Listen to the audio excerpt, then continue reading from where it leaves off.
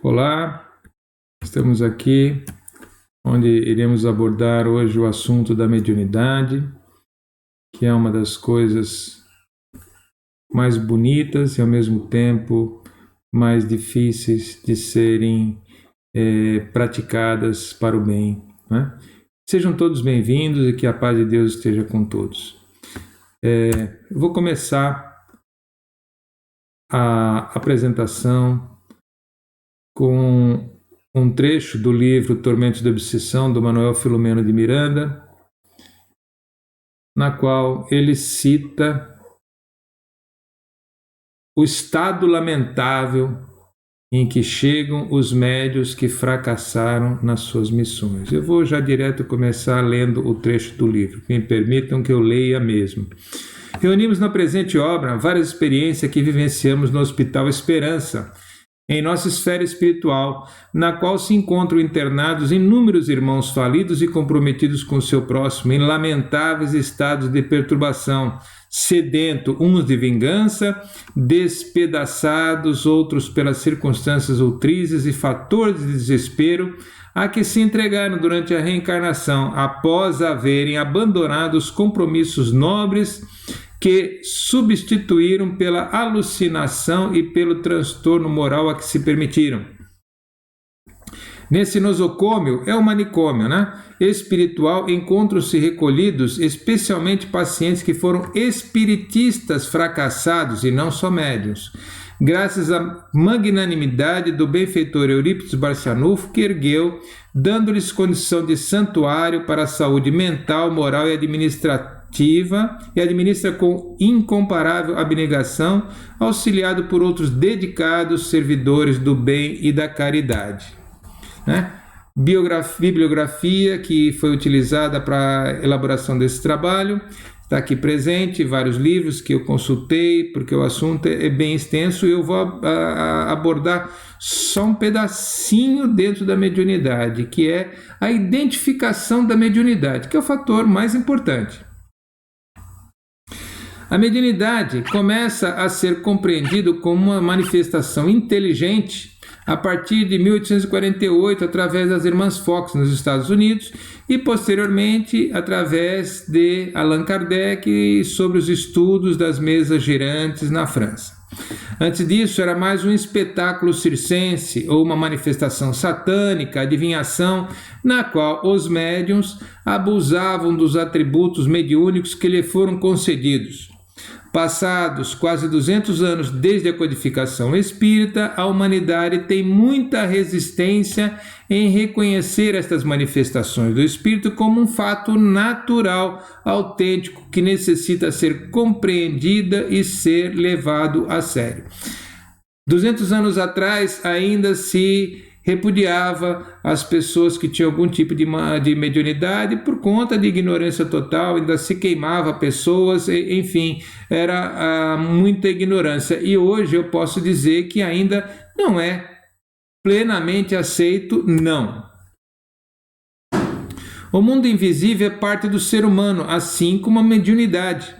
Todos percebemos o invisível, mas não o compreendemos muito bem, ou seja, percebemos o invisível de que forma? Através do nosso pensamento, através de visões, sonhos ou até mesmo de manifestações físicas. Muitas vezes, só um parêntese nesse pedaço, o nosso pensamento ele se materializa na medida que não larga a gente. E muitas vezes o pensamento a gente é difícil de perceber quando que é o pensamento nosso ou quando é de um espírito que se apresenta junto conosco, que quer o nosso bem ou que quer nos prejudicar. Mas é uma mediunidade. Todo ser humano ele é médium sim, porque ele recebe o tempo todo comunicação do mundo invisível, Os pensamentos, parte dele e parte não são dele. Então, nós temos que saber que médium não é só aquele médium, isso nós vamos qualificar em outra palestra sobre os atributos do médium, que médios que têm muita percepção, médios que têm baixa percepção e médios que têm percepção o tempo todo, que não desliga. Portanto, mediunidade é um assunto para aqueles que são médiuns que precisa ser estudado e administrado. Você não pode, senão você vai comprometer a sua mediunidade e deixar qualquer tipo de espírito dominar você. Você pode achar que é você que está no comando, mas na verdade não é, se não souber tratar isso adequadamente. Então a mediunidade é um meio através do qual os espíritos entram em contato conosco, E os princípios. Para compreender a mediunidade é fundamental aceitarmos 2 princípios do espiritismo: a imortalidade da alma, claro, porque senão você não está percebendo que tem um ser vivo, esperto, inteligente, tentando uma comunicação. E que os espíritos se comunicam. Então, não só nós somos imortais, o meu espírito que está nesse corpo, ele é imortal, saindo daqui ele vai continuar em outra fase da vida, mas é uma vida espiritual, é outra coisa, mas continua. E eu posso me comunicar com quem está encarnado também, assim como os espíritos se comunicam com quem está em patamares mais elevados também, ou quem está nos patamares mais elevados se comunicam com quem está no patamar inferior, porque é sempre assim. Você do plano superior para os planos inferiores, você não consegue diretamente, assim, você invocar alguém para, não, você primeiro recebe, o Chico Xavier já dizia que ele é um carteiro, então ele dizia que ele recebe, a comunicação vem de lá para cá, sempre. Então, todo ser humano é um médium, ainda que ele não compreenda ou aceite isso. Ou seja, todos têm uma aptidão para receber algum tipo de influência dos espíritos. Em maior ou menor intensidade, isso define o grau de mediunidade do indivíduo, mas não quer dizer, falar, não, eu não tenho mediunidade nenhuma. Você tem sim, Você tem. E ela funciona através do quê? Do pensamento, ou seja, pessoas que recebem o pensamento o tempo todo, que não conseguem nem identificar quando é dele e quando não é dele, pessoas que são torturadas por pensamentos negativistas, muitas vezes essa percepção desse sentimento negativo é uma influência espiritual. Às vezes pode ser maléfico, às vezes pode não ser maléfica, pode ser um familiar que está do seu lado, que é meio baixo astral e que acaba te prendendo nesse clima e você não percebe. Tem a questão da vidência, pessoas que enxergam como se fosse tão nítido como se a pessoa tivesse encarnado, outros enxergam vultos, então são todos graus de mediunidade. E sono. O que mais acontece o tempo todo para todo ser humano é a mediunidade acontecer através do sono, aquilo que a gente sonha à noite e que durante o dia você nem lembra muitas vezes, ou aquilo que você quer lembrar muito, quer ver melhor a definição que te aconteceu, quando é uma coisa boa, você quer se inteirar com aquele sonho, mas não acontece muitas coisas, às vezes até para sua proteção mesmo, não é permitido que você se lembre do que sonhou. Então, e outro tipo de mediunidade é quando o espírito, através do médium, é importante só salientar uma coisa já para que fique bem claro. Muitas pessoas têm medo do espírito porque não entendem. Se tem medo é porque não entende. E na verdade acha que ele pode sozinho empurrar alguém, tal coisa do tipo. É verdade que o espírito pode influenciar sobre a matéria, sim, arrastar móvel, fazer essas coisas, tal, que nem o caso das mesas girantes, tal, coisa do tipo. Só que o espírito necessita de um médium para fazer isso. Então, se ele está se manifestando, é que naquele ambiente a pessoa pode não saber, mas uma das pessoas que está presenciando aquilo, ela tem uma capacidade mediúnica material, ou seja, ela tem essa capacidade, cada médium tem a sua aptidão, então não são todos que podem agir sobre a matéria, não. Então isso aí são tudo coisas que a gente vai fornecendo. A palavra médium é do termo meio ou intermediário. e a capacidade que todos nós temos de se comunicar e receber manifestações. No filme O Sexto Sentido, que a gente percebe claramente uma manifestação mediúnica o tempo todo, e aquele garoto ele fala para o Bruce Willis, que é o psicólogo que já está morto, o menino fala exatamente para ele que ele não sabe que está morto no filme.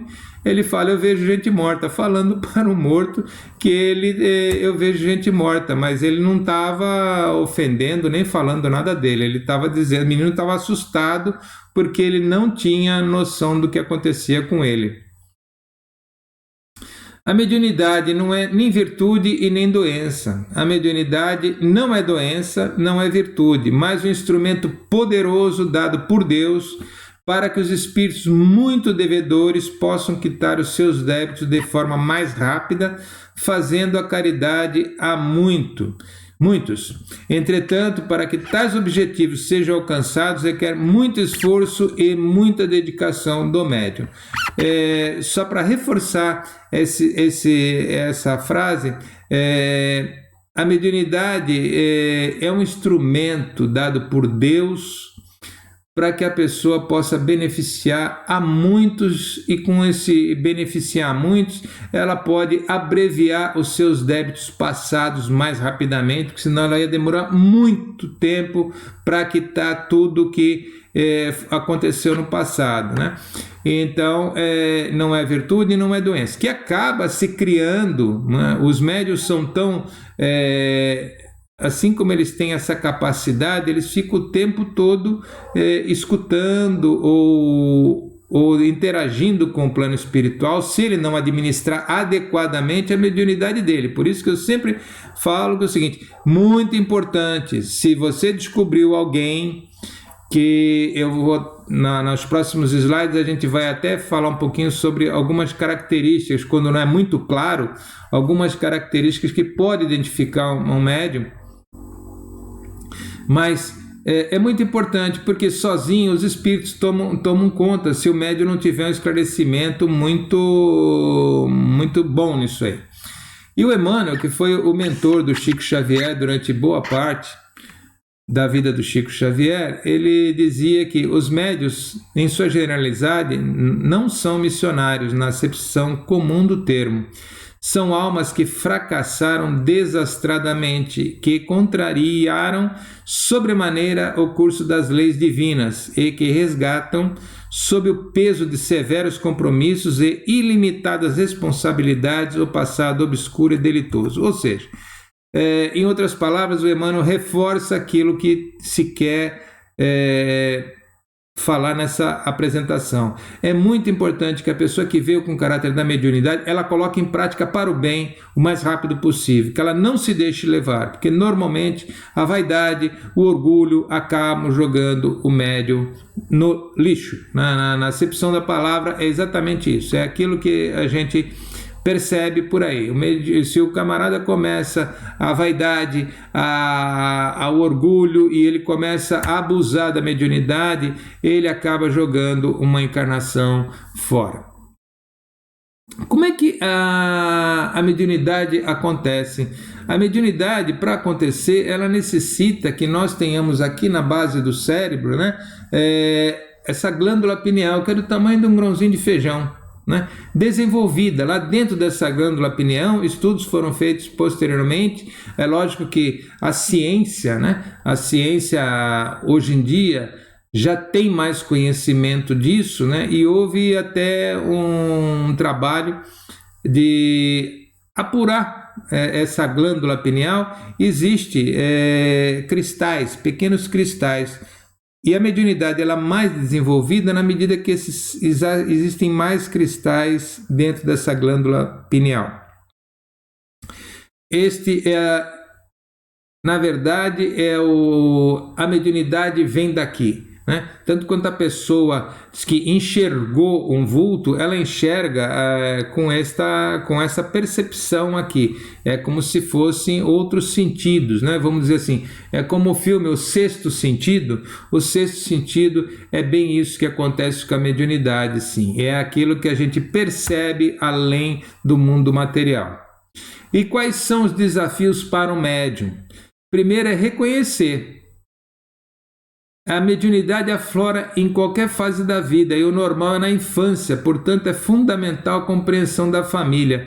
Independe de se a pessoa é espírita, a maioria não é, a grande maioria não é espírita, mas é fundamental que a família perceba. Olha, que eu diga-se hoje que hoje nós temos mais recurso, mas a mediunidade, quando não identificada, ela acaba, dependendo do grau, ela pode perturbar tanto a pessoa que ela pode parar num manicômio, a pessoa acaba vivendo uma vida com remédios fortíssimos porque ela não encontra nunca o equilíbrio. Se a pessoa ela acaba se tornando até meia desajustada socialmente falando, por conta de que não foi tratado, a pessoa não sabe, o médium não sabe, ele recebe perturbação o dia inteiro, porque antes de chegar a um Chico Xavier, antes de chegar numas pessoas que fazem o bem, e tem milhares, a gente fala em Chico Xavier, que são os médicos que deu certo,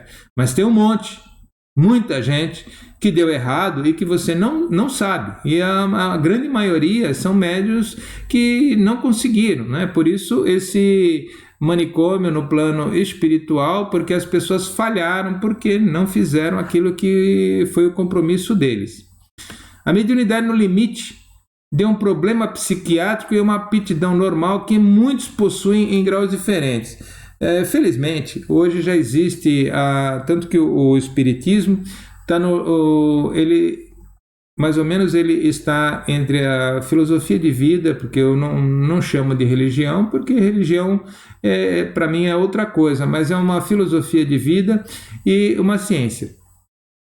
Tanto que muitos médicos hoje em dia já aderiram, né? São Paulo existe a AME, que é no Brasil inteiro também, Associação Médica Espírita, em que eles já aderiram à mediunidade nos seus tratamentos. É claro que você não pode dar uma prescrição, olha, você vai na casa espírita para tratar isso aqui, não é isso. Mas eles já conseguem discutir como é que eles abordam esse tipo de problema no consultório deles. Não adianta uma pessoa que está com uma obsessão, tal, coisa do tipo, você querer, né, dopar com medicamentos. Isso não funciona, mas já está trabalhando nisso. O ideal é que nós sejamos médiuns, seja na nossa família ou na família de nossos amigos, a gente consiga dar uma ajuda e recomendar que a pessoa procure um acompanhamento de alguém que saiba o que está acontecendo. Como identificar mal-estar em ambientes com muitas pessoas, ouvir vozes ou ruídos sem motivo, ausência, pessoa se desconecta do mundo, mal-estar próximo a pessoas específicas, transtorno de humor e bipolaridade constante, forte vazio no peito, sentimento de angústia, de não ser compreendido pelas outras pessoas, de que coisas não estão certas e de que fora dos trilhos. Então, assim, pessoas normalmente elas têm essas ausências e se colocam numa posição totalmente estranha. Agitação, hiperatividade, animosidade, raiva, estresse, chateação desproporcional, antipatias injustificadas, transtorno de ansiedades, pensamentos autodestrutivos inferiores ou fixos. Então aquela ideia fixa, aquela coisa tal, mas às vezes o médium mesmo ele não tem coragem de falar dessas coisas. Sim, então a gente está colocando esses assuntos, tanto faz se alguém se interessou por essa palestra, seja espírita, não seja espírita, você pode ajudar alguém. E se for ela mesma, ela pode entender e procurar um tratamento no lugar adequado, que no caso é uma casa espírita, né? Uma vez identificado e reconhecida a mediunidade, é necessário estudo pelo médium para dominar a mediunidade antes que a mediunidade o domine, ou seja, é necessário o médium saber como é que o espírito faz para dominá-lo, né? Ou como é que ele se comunica melhor com o espírito. Desenvolvimento adequado conforme o caso. Estudo pelo médium é o seguinte, não basta ser médium e achar que está tudo resolvido. Não é isso não. Na verdade, você pode, se o seu pensamento é ruim, se o seu pensamento é baixo astral, se o seu pensamento é de raiva contra os outros, este tipo de espírito vai ser atraído por você. Então é necessário um controle muito grande para não deixar esse tipo de pensamento entrar na cabeça da gente. É difícil, por isso que a missão do médium não é assim, recebeu uma incumbência do Senhor para abreviar os seus delitos. Não é bem isso, é porque é muito difícil para o médium fazer tudo isso aí. Se ele encontrar, a hora que ele encontra a paz, que ele consegue trabalhar, quanto mais ele trabalha para o bem, mais espíritos bons vão estar ao lado dele. Portanto, ele vai, aos poucos, vai afastando o mal. E tem outra coisa, toda vez que o médium ele tenta, se interessa por estudar, ele sente uma aflição muito grande, porque os espíritos perturbadores, eles não têm muito interesse que você estude não, porque eles vão perder a boquinha. Né? Eles vão perder um espírito a menos que eles podem perturbar ou podem utilizar para fazer as maldades deles. Portanto, o caráter dos espíritos que vão se comunicar com o médium vai depender do caráter do próprio médium. Né?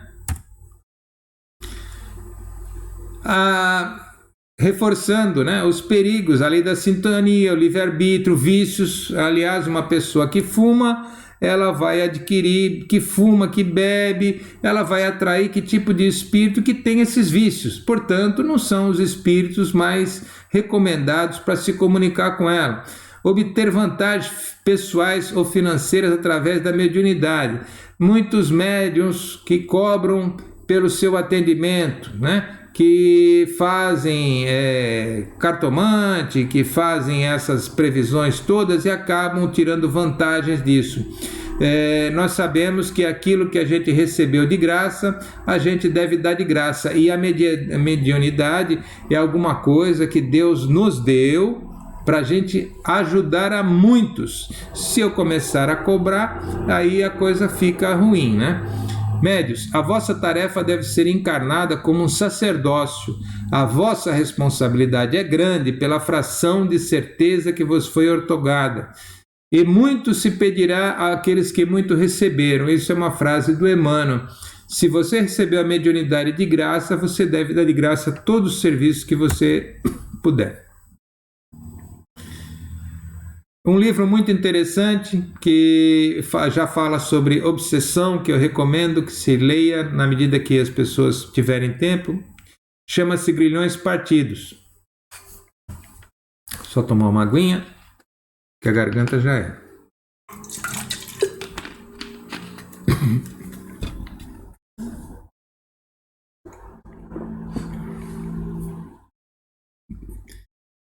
E nessa obra, o espírito ele não consegue prejudicar quem ele gostaria e ele acaba se aproximando de um ente da família mais fraco, né? Então é uma história muito bonita, muito interessante e que faz parte do conhecimento. Nós precisamos saber como é que os espíritos atacam, quando é o caso de uma obsessão, quando eles querem atacar, como que eles fazem. Se nós soubermos como que o nosso inimigo, que na verdade não é nem um inimigo, um obsessor, é alguém que foi prejudicado por nós no passado, portanto, ele se considera prejudicado e quer nos prejudicar agora. Então, nós precisamos saber quais são as ferramentas dele. Então, sintomas, já visto também, irritação por pequenas coisas, sistema muscular, fraqueza corporal repentina, duradoura, enfim, os sintomas nós já tratamos naquele slide lá atrás, eu vou até pular esse aqui. O termo obsessão é um inimigo do passado, mas que também ocorre pelas novas amizades, sintonias espirituais do presente, ou seja, o obsessor é sempre um caso passado que nós estamos encarnados e o cara não, e ele descobriu onde que a gente está, daí ele vai querer vingança. Mas também ele pode ser agravado pelas amizades do presente. Se o meu comportamento não é muito adequado, eu vou atrair cada vez mais espíritos viciosos, né, que eles são muito dependentes da nossa atuação. Quer dizer, eles sentem o prazer na bebida ainda, eles estão muito materializados. São espíritos, mas eles sentem materializados. Então, se eles precisam de bebida, eles vão me intuir a beber, para que eles possam sentir prazer nisso. Então, a mesma coisa com drogas, fumo, álcool, sexo, tomar cuidado ao frequentar lugares públicos, que nem bares, orgias, tipo de baile funks, ou seja, é tudo uma gama de coisas que o médium em especial, todos nós, porém o médium em especial, que tenha mais... com mediunidade mais desenvolvida, ele tem que ter uma atenção especial para esse tipo de coisa. Então, ele está abrindo um canal na medida em que ele começa a fumar, se interessa por álcool, por sexo exagerado e frequentar esse tipo de lugar. Quer dizer, ele está convidando todo esse mundo espiritual que pode lhe prejudicar. Normalmente uma obsessão, ele quer te levar ao quê? Ao suicídio, né? Ele quer prejudicar você de qualquer modo, e o suicídio é a pior coisa que pode acontecer na nossa vida, ou seja, pior até do que você matar alguém é você se suicidar, e ele sabe disso e ele tenta de qualquer maneira levar pensamentos ruins, insegurança que te levam ao suicídio. Então, tristeza é sempre motivo para a pessoa fique triste, é fácil de o espírito te pegar quando você está nesses estados. Qualquer um pode ter esses sintomas, porém os médiuns sentem mais tudo isso. Então todos esses são sintomas que acabam causando depressão, tristeza e acaba incorrendo até em suicídio. Então, isso pode ser para médium, que como todos somos médios, é o seguinte, pensamentos ruins, a pessoa não tem uma mediunidade desenvolvida, mas ele escuta o tempo todo aqueles pensamentos ruins o tempo todo, aquelas coisas, ele se sente desenganado, suicídio, e é o que acontece. Esse cidadão, ele fez uma obra muito interessante, é um livro espírita chamado Voltei. Ele foi um emérito espírita, foi dirigente e espírita, e ele como espírita, ele trabalhava nas obsessões, e como dialogador ele sempre dava conselho para os espíritos que se apresentavam lá em sofrimento, com raiva, e ele sempre dava aqueles conselhos, tá? Só que ele morreu. E como ele morreu, e ele trabalhou no espiritismo, ele tinha um monte de coisa, mas na vida ele tinha uma vida também, e como ele não era uma pessoa muito correta, era um empresário e ele não era muito correto. Para aquele que sabe, mais será cobrado. Ou seja, ele chegou numa situação não muito boa. Só que ele era ajudado pelos colegas dele que trabalhavam junto com ele foi ajudado por todo um plano espiritual para ajudá-lo, porque apesar dele não ter chegado numa situação não muito boa, mas ele era uma pessoa do bem, é que ele não fez o compromisso direito, não fez a lição direito. E o que aconteceu numa sessão espírita em que ele estava ao lado de um outro espírito, né, que estava coordenando os trabalhos, nisso apareceu um espírito sofredor. E o espírito sofredor olhou para a cara dele, ué, você está aqui também? O espírito sofredor reconheceu ele. Você não me dava tantos conselhos e você acabou também falhando? Né? Conclusão, ele tinha ótimos conselhos para dar para os outros, mas não aplicava na vida dele. Então o espírito tirou um sarrinho da cara dele, né? Falou, e aí? Por que você não usou na sua vida? E esse interessante eu peguei nesse livro porque é para nós todos. Até nós estamos fazendo essa palestra, mas estou fazendo tudo que eu já sei, que eu estudei. As pessoas que não sabem, não é que elas não são cobradas, mas aqueles que sabem, e falharam, aí vai lá para o manicômio espiritual e fica perdido por um tempo. Então, se você sabe que tem que agir para o bem, haja enquanto é tempo. Para afinar, caros irmãos, a mensagem que fica é de alegria e de esperança para os médios, mas também muita preocupação. Atenção para aqueles que ainda não perceberam a mediunidade que possuem, aqueles que não descobriram, que as perturbações ou visões ou pesadelos precisam ser controlados e a única pessoa nesse mundo que pode lhe ajudar é você mesmo.